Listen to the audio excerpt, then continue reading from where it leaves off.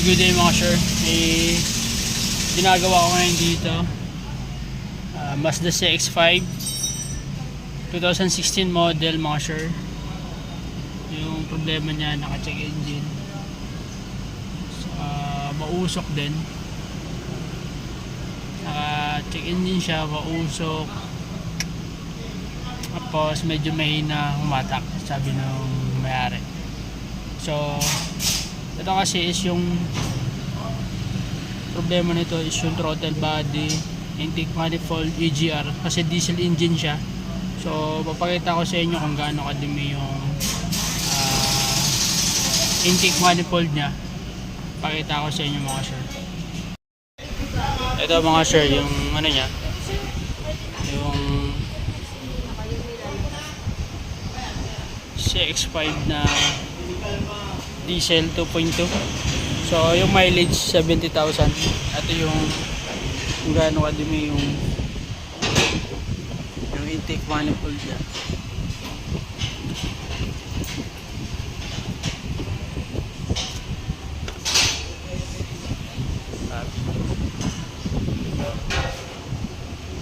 Carbon load, ito yung throttle body niya. Ang kapal ng carbon deposit mga sir.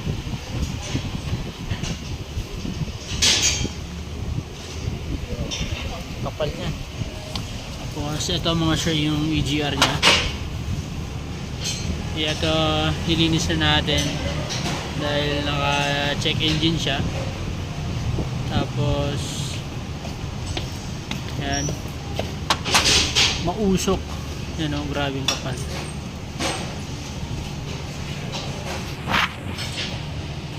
Yung grabing kapal niyan mga sir.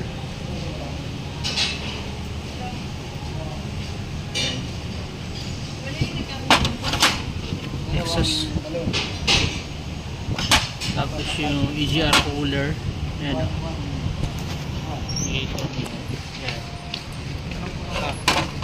Bara mo na. Dali mo na yan. Huwag mo lang tumbusahin mo na.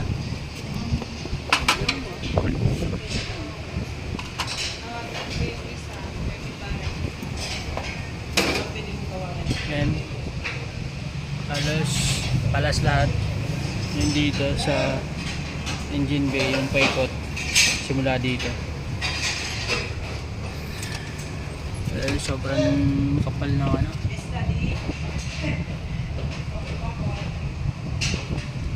Maraming dumi na ang carbon. Maraming build up ng carbon deposit mga sir. So ayan, linisin din natin yan mga sir.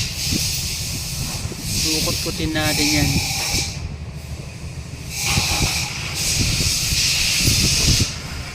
Dapat talaga every 50,000 kilometers yung palinis. Kasi 70 na, kaya medyo makapal na. Dumi. Yan, makikita nyo. Kapal na yan. So sabi niya malakas na din daw sa gas. Tapos medyo mahina yung performance.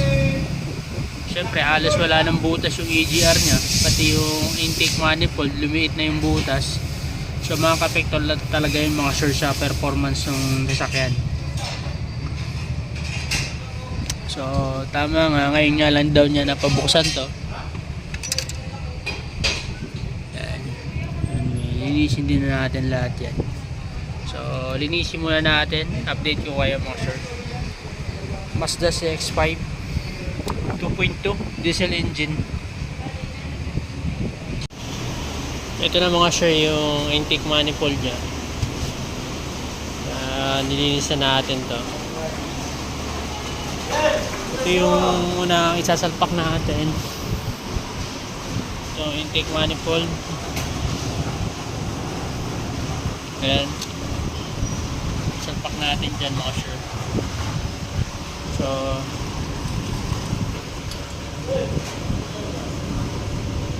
ayan.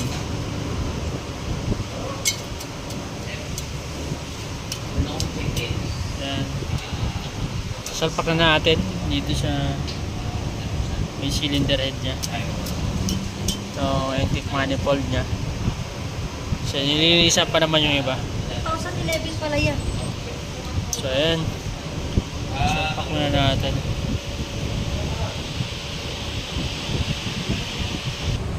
kabit na natin. Dapat magkabit pa ng EGR, mabagal. Dali lang yun. Tagal-tagal din. Magdadali lang daw sa Madali. yung piyesa lang. Kasi ito sa piyesa. Ang full na EGR boss, ginagawa ko ba sa dati? Yung kung ano sir, kung hindi nyo pa napapalinis, pwede yung gawin. Napalinis ko noong October, kasi lumabas pa rin. Malamang alitin na yun.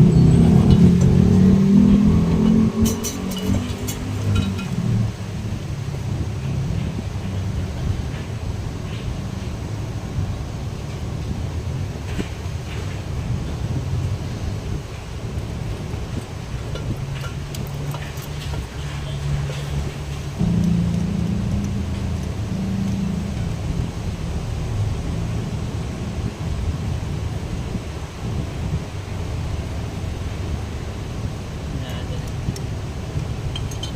8 pieces na mo.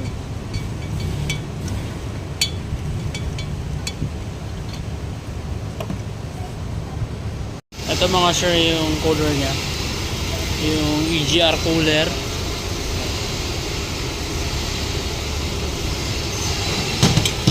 Isa na natin yan. Yung EGR valve. Ito yung EGR niya.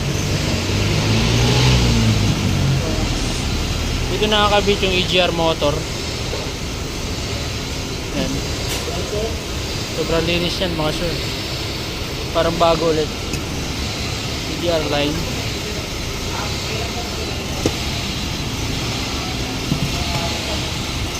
Yan. So, ito nilinisin natin ng maayos. So, sasalpak natin yung... Ito cooler kasi to. Kadugtong dito yung EGR. So, nakabitan natin yan isa-isa. Marami lang naman na ano. So, ito. Kabit natin dito yung EGR motor nya. Ito. Ito yung EGR motor. Na ganyan yan mga sir. Nakabit natin yan din. May tanda yan.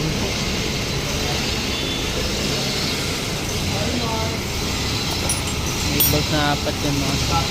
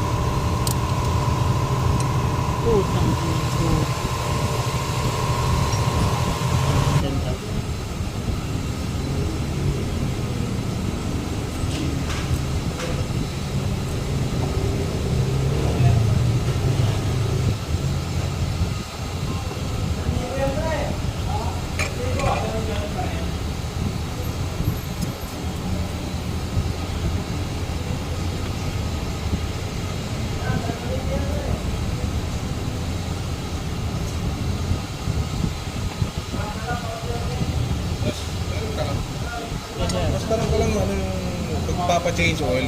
Di ba kapag sinabing 10,000 kilometer dapat parang kailangan every 6 months kailangan palitan agad? Yes, sir. Tama. Ganun ba talaga yan? Eh, para saan pa yung kilometer? Yung- 10K, gano'n, 5K.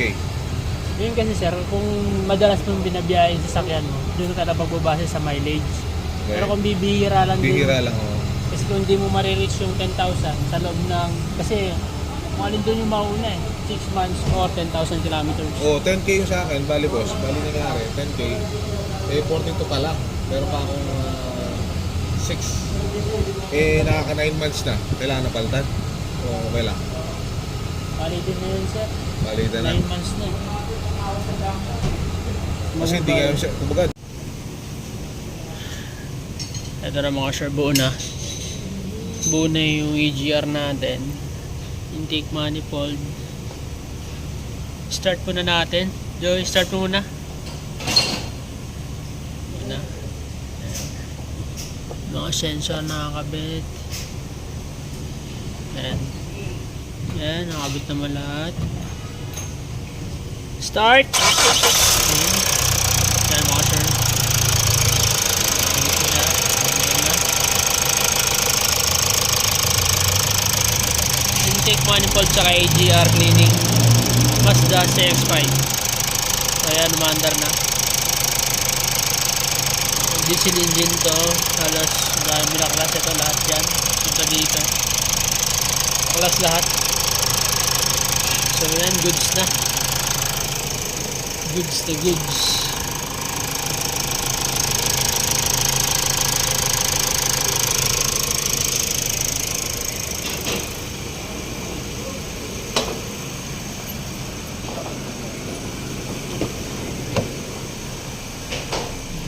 Goods na mga sir.